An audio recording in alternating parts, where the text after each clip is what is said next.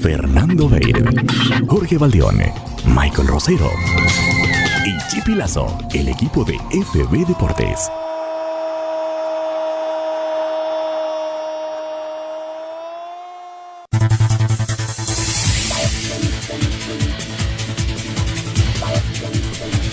Son las 10 de la mañana con 5 minutos. Ya nos acompaña el ministro del Deporte, Andrés Guzmán, para analizar primero el tema de la gestión. ¿Cómo recibió el ministerio? Porque, claro, lo invitan para y Barcelona y el Nacional y de último el Cumbayá.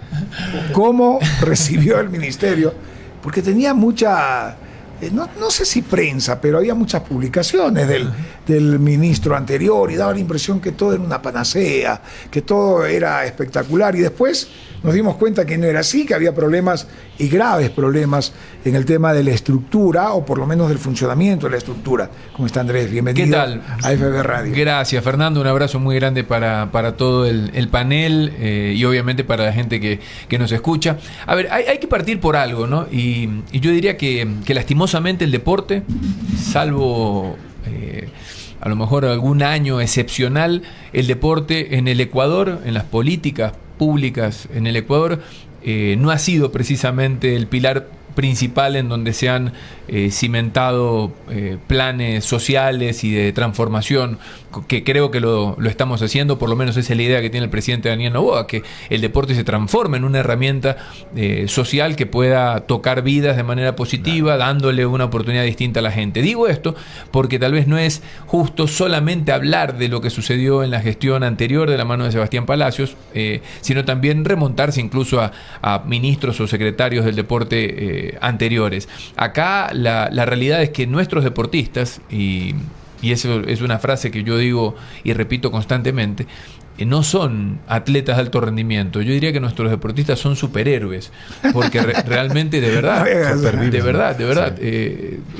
A pesar de las condiciones, terminan triunfando. Yo siempre reitero, ustedes imaginan de verdad lo que sería Glenda Morejón, lo que sería Jonathan Narváez, lo que sería Neisy Wanji en pesas, con el aporte que tiene México, Colombia, Argentina, Chile. No me voy a Brasil, Estados Unidos, Alemania, no. Hablo de situaciones muy parecidas. Yo creo que serían inalcanzables, realmente sería un caso distinto. Hago todo este preámbulo porque la realidad es que desde el punto de vista deportivo, o de los resultados deportivos, nuestros atletas nos dieron una gran vitrina, a lo mejor como tomando un poco tu reflexión, en donde parecía que todo estaba bien. Exacto. Y cuando digo que parecía, es porque cuando ya uno escucha, lee todos los días las necesidades, los requerimientos que me hacen atletas, entrenadores, dirigentes, familiares, a mí me escriben padres de deportistas del ciclo de alto rendimiento para pedirme por favor apoyo para sus hijos. Entonces te das cuenta que esta deuda que nosotros encontramos en las primeras 24 horas, fue una de las primeras cosas que pedí, porque antes de sentarme ya tenía yo... Me llegaron 3.280 chats distintos en aproximadamente 3 semanas. La gran mayoría era gente relacionada al deporte. Repito, estoy en un chat con más de 200 deportistas, entonces dije, bueno, ¿cómo puede ser posible que se deba tanto? Quiero saber qué es lo que tenemos por pagar.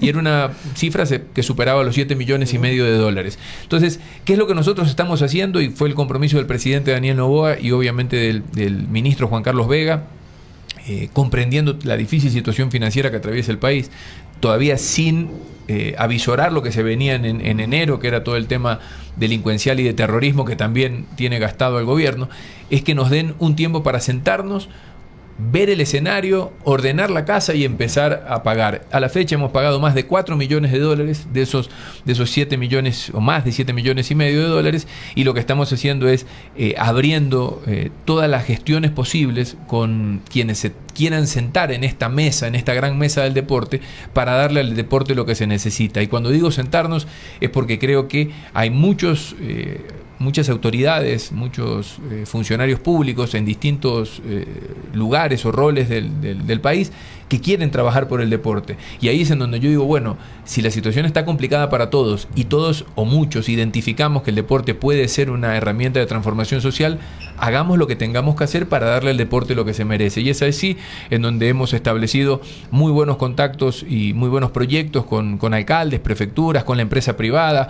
Hemos reorganizado la unidad de incentivo tributario, que creo que puede ser un extraordinario chaleco salvavidas en los momentos en donde falta plata en el Estado. Bueno, la empresa privada puede recibir un incentivo de la doble deducibilidad de la base imponible del impuesto a la renta, que es muy bueno para sus empresas, y a su vez inyectar dinero en el deporte. Ese es un poco el camino en donde nos hemos movido y en donde afortunadamente, Fernando, recibimos en gran mayoría la aprobación y la gratitud de los deportistas, que yo siempre les digo, no me agradezcan, esto es lo mínimo que tenemos que hacer por ustedes, pero se están dando cuenta, sobre todo por las acciones y los hechos, más que por los discursos, por los hechos del presidente Noboa, que estamos decididos a darle al deporte lo que necesita. Exacto, recursos, que es fundamental. En esta primera parte, antes de hablar de los temas polémicos, compañeros, participen, y después hablamos de Barcelona, el Nacional, Cumbayá, y la Federación, y la Conmebol, y la FIFA. Ministro, qué gusto recibirlo acá en los estudios de FB Radio 105.7 FM.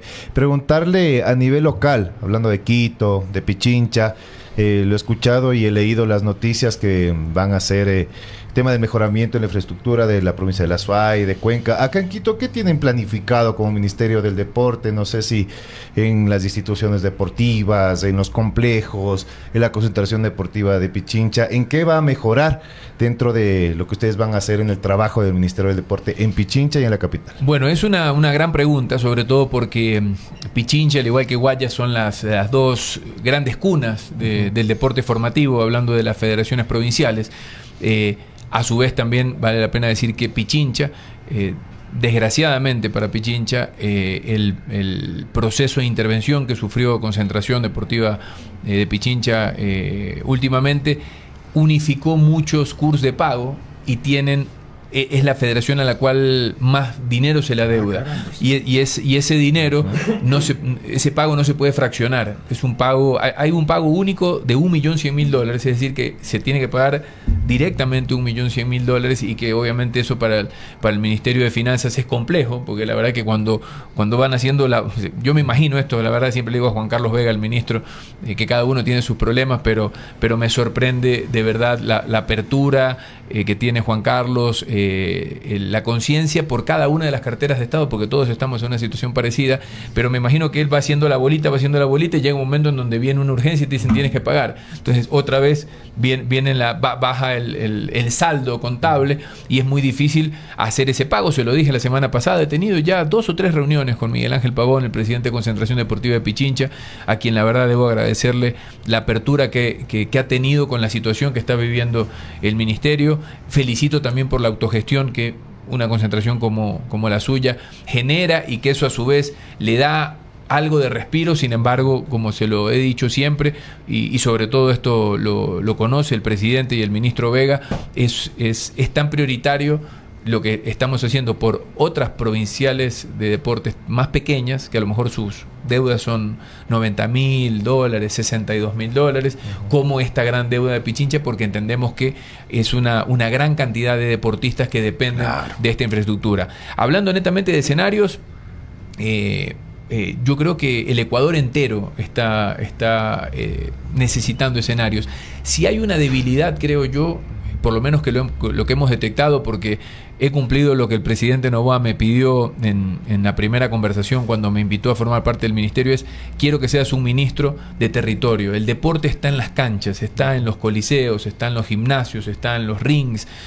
Quiero que recorras el país, veas lo que está pasando, porque el deporte va a ser fundamental para cambiar la situación social que hoy estamos viviendo. Y eso es lo que he hecho. La verdad que hemos recorrido de manera incansable el país, la provincia. Acabo de estar el fin de semana en Riobamba, en el Campeonato Nacional de Ciclismo de Ruta. Hemos estado en Loja, en La Tacunga, en Portoviejo, en Manta, en Esmeraldas, en fin, en Cuenca 2 veces ya. Entonces hemos seguido recorriendo y dándonos cuenta que la infraestructura deportiva necesita a gritos inversión. Acá hay un trabajo en conjunto que también nosotros hemos acercado al Ministerio de Transporte y Obras Públicas, porque son ellos los que ejecutan este tipo de obras, por más que sean proyectos que lleguen desde el deporte. El Ministerio del Deporte no ejecuta obras, pero lo que sí podemos hacer, y es algo que adelantaba en mi primera parte, es impulsar a que la empresa privada ponga los ojos en proyectos de infraestructura deportiva, como ya lo ha hecho, si me permiten nombrar al Grupo Ortiz en Cuenca. El Grupo Ortiz en Cuenca es el inversionista total de la pista atlética Jefferson Pérez, de la obra civil que conlleva la gran mayoría del costo, y que, si Dios quiere, en las próximas semanas, antes del 12 de abril, cuando estaremos festejando en Cuenca, tendremos esa pista terminada. Una pista que además, no sé si lo leyeron, pero estuvo en un conflicto porque un problema. Panam Sport pidió se iba a perder, que se le iba a perder. Bueno, en definitiva pudimos gestionar ahí junto al Comité Olímpico. Nos hemos comprometido como ministerio que la obra va a culminar y que por favor la pista permanezca en Cuenca. Y esta es una inversión de la empresa privada, que es un modelo que vamos a impulsar desde el ministerio para que existan industrias, marcas nacionales o multinacionales que quieran invertir en esta parte, en donde, como decía hace un rato, lastimosamente estamos muy en deuda con el deporte. Jorge Valdión. Andrés, ¿cómo te va? Un gusto saludarte otra vez. Tú mencionabas, ¿no?, que el fin de semana hubo algunas cosas muy importantes y muy interesantes, y te quiero preguntar sobre esa sensación, porque claro, uno habla mucho de esto y habla de problemas, deudas, que los deportistas, que me pasa esto, pero cuando tienes un campeonato nacional de ciclismo, cuando tienes un campeonato nacional de marcha, como lo que tuvimos en Riobamba y en Loja el fin de semana, cuando David Farinango consigue su clasificación a París 2024, a uno se le olvidan esas cosas. Quiero preguntarte sobre esa sensación primero y luego tengo otra, pero primero conversemos un poquito de esta. Bueno, primero felicitarte porque te vi, conversamos y te vi ahí, y la verdad que yo voy a ser muy autocrítico conmigo. Pero bueno, la verdad que yo me autocalificaba siempre como un periodista de fútbol. Cuando me decían periodista deportivo, yo decía, a mí me gusta el fútbol, el tenis y el básquet, en ese orden, ¿no? Y la verdad que yo siempre decía que, por lo menos de mis amigos, de mi generación, de colegas, yo decía, Diego Arcos es un periodista deportivo, porque digo, Diego le encanta todas las disciplinas, sabe de todo. Hoy estoy fascinado con lo que el Ministerio del Deporte me está brindando. Voy a ser muy, pero muy honesto. Jamás me imaginé disfrutar como disfruté la prueba del sábado en Riobamba. Yo dije, bueno, sí, ciclismo he visto. Ojo que Richard Carapaz es uno de mis ídolos deportivos, no porque lo haya seguido en su carrera, sino por lo que consiguió en su momento en Europa, en los Tours y en los Giros, por la medalla de oro, sino por su historia de vida, que es una historia muy, pero muy común en miles de niños y jóvenes ecuatorianos que, de la mano de una disciplina deportiva, alcanzan a conseguir sus sueños y cambian la vida de sus familias. Pero no me imaginé que desde el punto de vista, no sé, técnico, del interés deportivo, una competencia ciclística iba a causar lo que causó. Yo creo que este contacto que yo estoy teniendo con los deportistas, con sus entrenadores, con sus familiares, con sus historias, que involucran muchas veces a la comunidad o a la sociedad, porque hay ciudades que les cambia la vida el éxito deportivo de uno de sus hijos ilustres. A mí me está entregando un sinnúmero de sensaciones, pero sobre todo un gran compromiso para darme cuenta que el Andrés Gusmer, periodista deportivo, se enfocó, y lo dije siempre y no me avergüenzo porque lo agradezco, mi etapa como periodista, al fútbol, pero el deporte quizás que más necesita atención y recursos y gestión y compromiso y difusión, no es precisamente el fútbol. Son disciplinas como las que tú decías, como el ciclismo, como la marcha.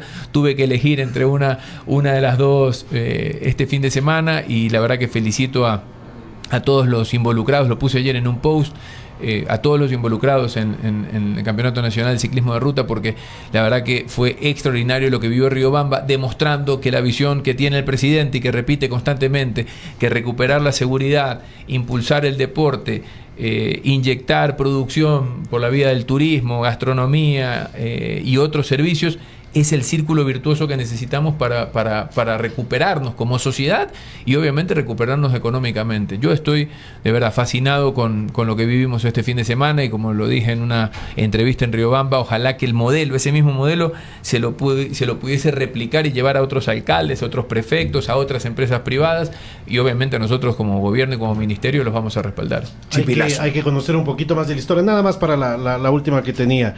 Riobamba, una ciudad ciclística desde siempre, desde la primera edición de la Vuelta al Ecuador en el 66, y el alcalde ya te comprometió al Campeonato Mundial de Ecuavoli, ¿no? ¿Qué tal estuvo el hornado? Te iba a preguntar del fin de semana. Y la última.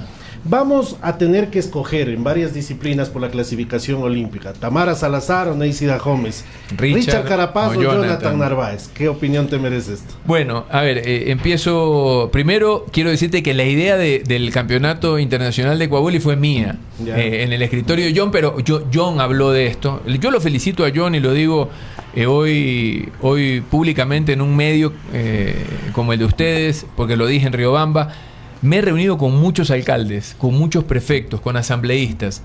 No he conocido a ninguna autoridad local con una visión tan clara de lo que el deporte le puede dar a la sociedad como la de John Vinuesa. Pero ojo, no solamente es la visión, no es el discurso, porque el discurso creo que lo podemos tener todos. Es el compromiso y cómo él ya tiene su equipo, o sea, tiene a su equipo de la dirección de deporte, su dirección de turismo, tiene un acuerdo con una universidad, me parece que es la Universidad Técnica del Chimborazo, para desarrollar muchos eventos deportivos que permitan regar esta riqueza que el deporte puede traer, no solamente desde la generación de una disciplina que, bueno, nos da salud, vida sana, sino lo que deja económicamente en la comunidad. Entonces, la verdad que eso vale la pena decirlo, porque le dije a John, ojalá que todos los alcaldes, ojo, todos lo saben, todos lo comparten, pero la diferencia está en quién lo lleva a la práctica. Y Riobamba lo tiene muy claro, y ahí fue cuando nació esta idea que vamos a empezar a trabajar desde hoy. Esta tarde tengo reunión con Raúl Iturralde,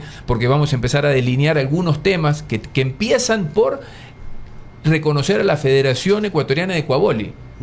Que es un tema, no sé si ustedes lo saben, pero no tenemos. No hay. O sea, ustedes pueden creer que hay otros países en el mundo que tienen la Federación de Ecuavoli y nosotros no tenemos la Federación. Inclusive hay una división acá en sí, lo sé. En el mundo del Ecuavoli y más allá de la Federación. Lo sé, pero bueno, serán temas que se tienen que resolver, pero lo que nosotros no vamos a permitir es que esos nudos queden atados. Yo no voy a pasar por esta gestión sin desatar esos nudos para decir, bueno, por acá pasó Bushmer durante X número de tiempo, recibió esta situación. Es más, lo decía el otro día con la Federación de Boxeo. Yo era periodista cuando se intervino en la Federación de Boxeo, denuncié durante, no sé, 2-3 años que hasta cuándo no se resuelve la situación de la intervención de la ecuatoriana de boxeo.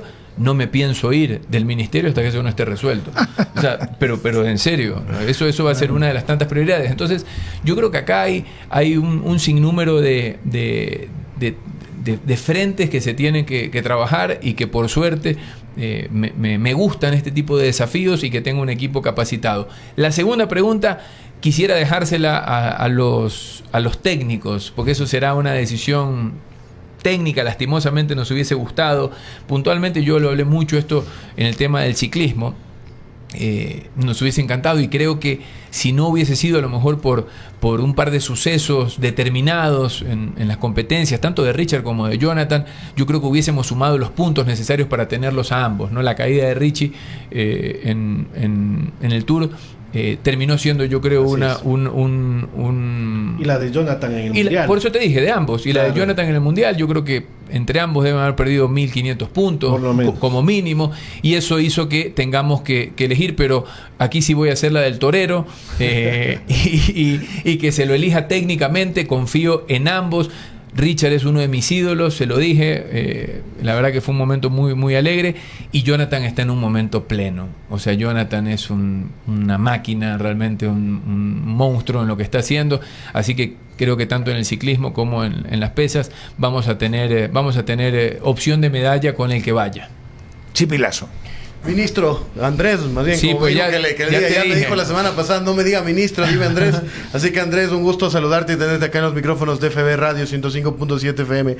Un tema muy importante es el tema del no recorte del gasto a los deportistas. Creo que eso hay que mencionarlo, ¿no? Es una muy buena noticia para el deporte ecuatoriano, que no se recorten los gastos, ¿no? Sí, sabes que sobre todo porque cuando decía que me llegaban mensajes y chats es que cuando el ministro Vega habló, si no me equivoco, en la primera o segunda aparición pública y habló de las cifras o los valores que encontró en la caja fiscal, y uno sabe que cuando hay poca plata tiene que buscar recursos y acortar gastos. Exacto. Entonces, y el deporte, y esto sí lo digo de manera sesgada, hemos sido siempre, el primer recorte viene por deporte, siempre, ¿no? Hasta tiene rima, ¿no? El recorte, míralo a deporte. Mucha gente pensó que gran parte de las decisiones financieras o económicas iban a hacer nuevamente el recorte de las asignaciones deportivas. ¿Por qué? Porque ya lo hicieron antes, porque las federaciones provinciales y las federaciones por deporte, desgraciadamente, digo desgraciadamente porque parece que hasta que se acostumbran, o sea, como ya es otra vez nos van a recortar, y por más que levantan la voz de protesta, terminan de la misma forma. Me llegaron centenares de mensajes: Andrés, por favor, que no nos recorten esto. Y debo decir que en el plan, al igual que seguramente los recortes en el deporte, deben haber existido otro tipo de planes que finalmente no se ejecutaron, pero desde el Ministerio pudimos sostener, tanto a nivel de la Secretaría de Planificación como en el Ministerio de Finanzas, que la visión del presidente y lo que quiere el presidente, sobre todo la transformación social que busca gracias al deporte, no podíamos cortar asignaciones, que era realmente, ya nos habían recortado el año pasado, la administración pasada había sufrido un recorte importante para las federaciones, y que este año necesitábamos no hacerlo. Y la verdad que después, y aquí sí agradezco al equipo que acompañó y que sirvió para poder sostener ante finanzas este argumento, y finalmente con el apoyo del presidente y también del ministro, porque creo que no se hubiese hecho algo sin la voluntad de Juan Carlos. Se confirmó que no se les recordará un solo dólar a las federaciones, a las ecuatorianas, y por ende tampoco a nuestros deportistas. Esta pregunta no es para el ministro, sino para Andrés Guzmán como tal. ¿Cómo te cayó ese cambio, Andrés, de ser ministro, o más bien de ser periodista, de una rutina, de tus programas, de ir a la radio, de ir a Marca a pelearte con tus compañeros ahí en el programa? Para ahora pelearme en redes. Para ahora pelearte en redes, claro. Y ahora ser ministro del deporte, por ahí a no tener el programa en Teleamazonas y todo eso, y ahora ser ministro del deporte, ¿cómo ha cambiado esa rutina de Andrés Guzmán? A ver, te tengo que decir que las primeras 2 semanas...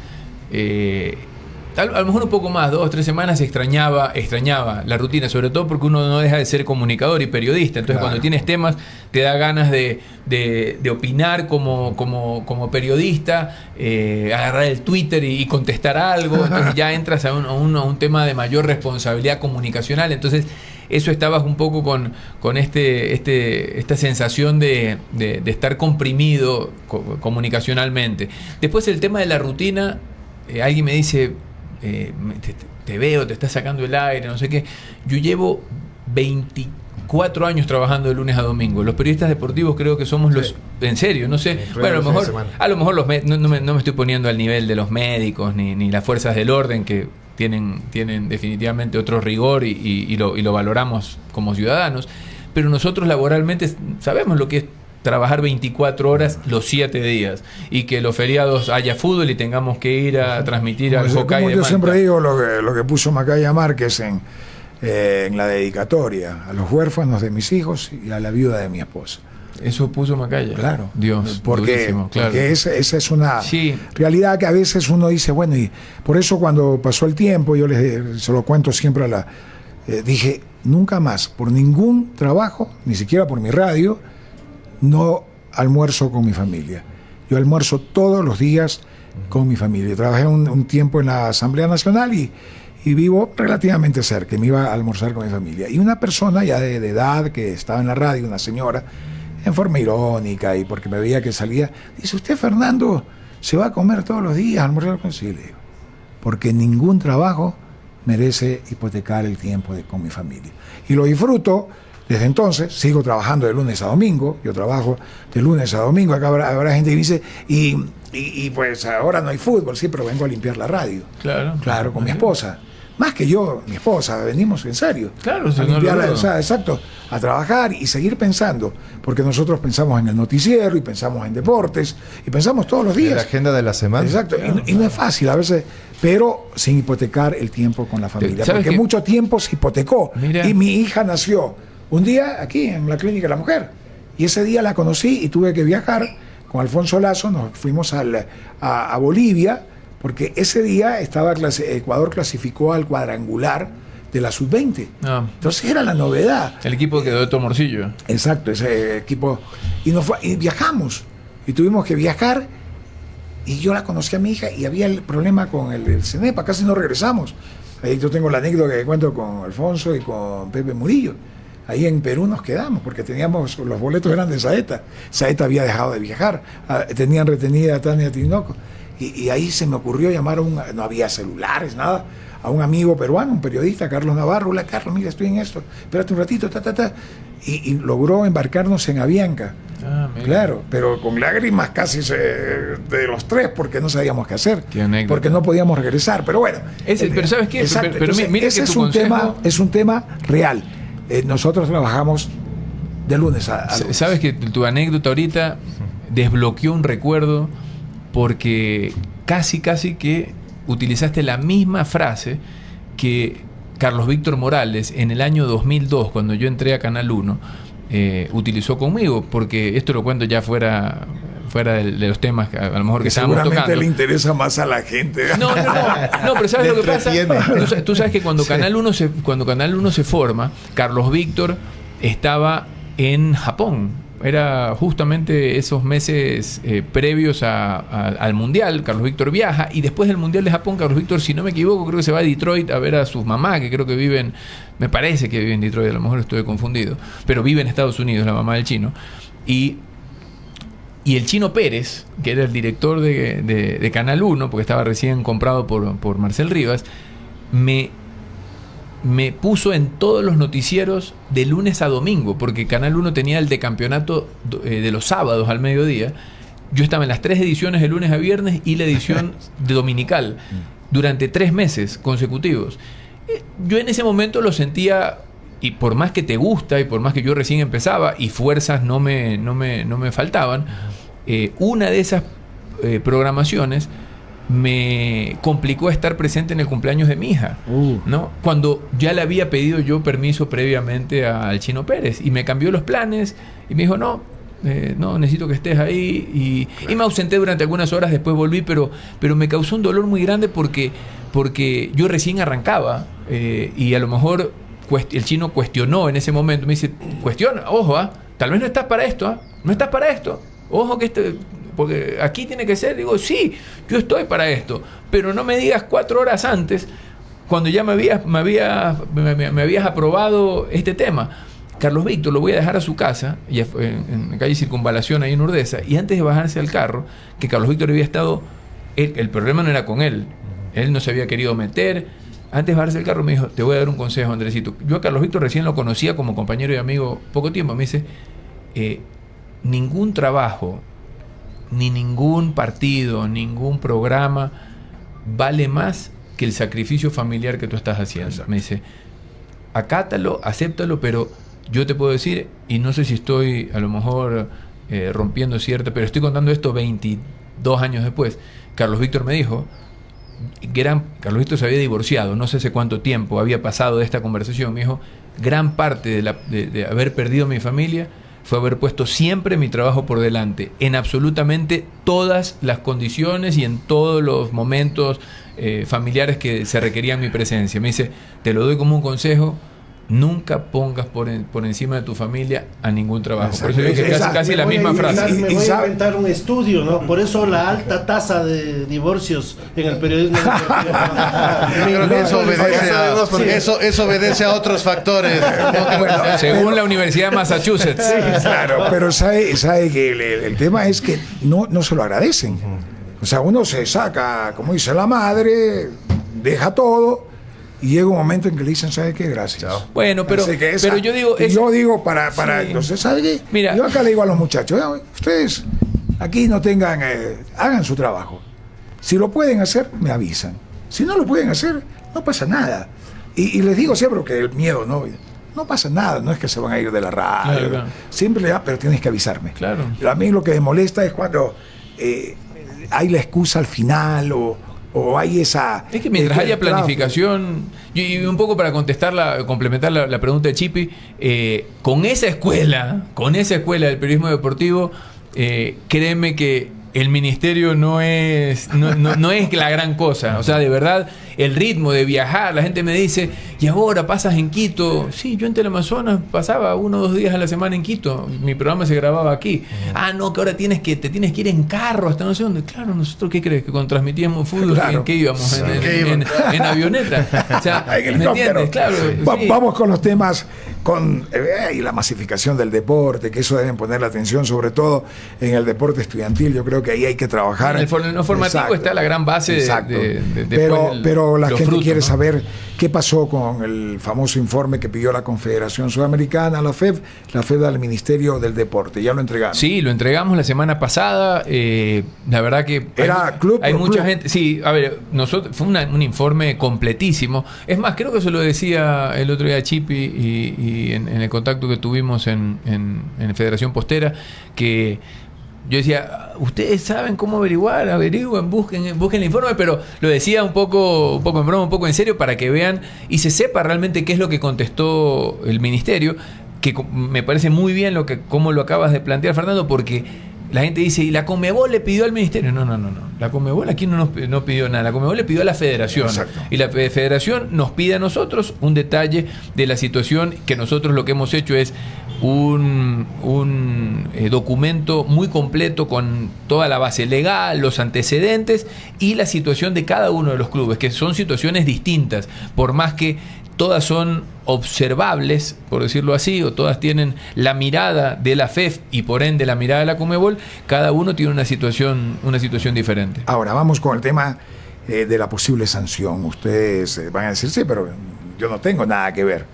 Sin embargo, mediáticamente Andrés Guzmán está en el ojo de la tormenta. Y a mí me da pena porque efectivamente lo he escuchado, sobre todo en redes, lo que ha dicho, uno lee y ha lamentado lo que sucedió en esto del periodismo, que es tan complicado y tan difícil. Nosotros somos claros acá, yo soy de la Liga de Quito. Y lo digo de frente, amo a Liga de Quito. Seguimos a Liga de Quito acá. Pero nosotros, cuando tenemos que decir algo de Liga de Quito, lo decimos. Y cuando Liga de Quito ha hecho algo malo, pues también lo decimos y no lo respaldamos. Sin embargo, lo de Barcelona ha sido respaldado por un grupo importante, inclusive compañeros y amigos. Y a lo que voy es que si Andrés Guzmán no tiene miedo que mañana exista una sanción a Barcelona o al fútbol ecuatoriano y sea tildado como traidor, como fueron tildados algunos periodistas por el tema de Byron Castillo. A ver, mira, es un tema que yo mentiría si te digo que desde el punto de vista, no sé, humano o personal no me afecte que mis compañeros o mis amigos, muchos de la prensa, estén polarizando esta conversación, porque en definitiva muchos la están polarizando y la narrativa que sobre todo en estas últimas horas están intentando escribir es que es un tema del ministerio, sí, o del ministro. Del ministro. Sí, del ministro contra Barcelona. Por ser del MLE, no, entonces yo lo que siempre reitero es que, es más, lo contaba el otro día justamente en la posta, que yo soy muy amigo de algunos directivos de esa lista, de 2 vicepresidentes, pero yo estoy muy amigos que los quiero, pero con más razón uno tiene que ser consecuente en la amistad, ¿no? Tanto de mi parte hacia ellos como de ellos hacia mí, en donde el respeto a la ley tiene que ser fundamental y es innegociable para todos, sin importar tus emociones, tus afinidades, tus amistades, y en donde yo digo, voy a seguir junto al único camino que el presidente nos ha puesto a todos los ministros y a todos quienes tenemos la suerte y la responsabilidad de acompañarlos. Uh-huh.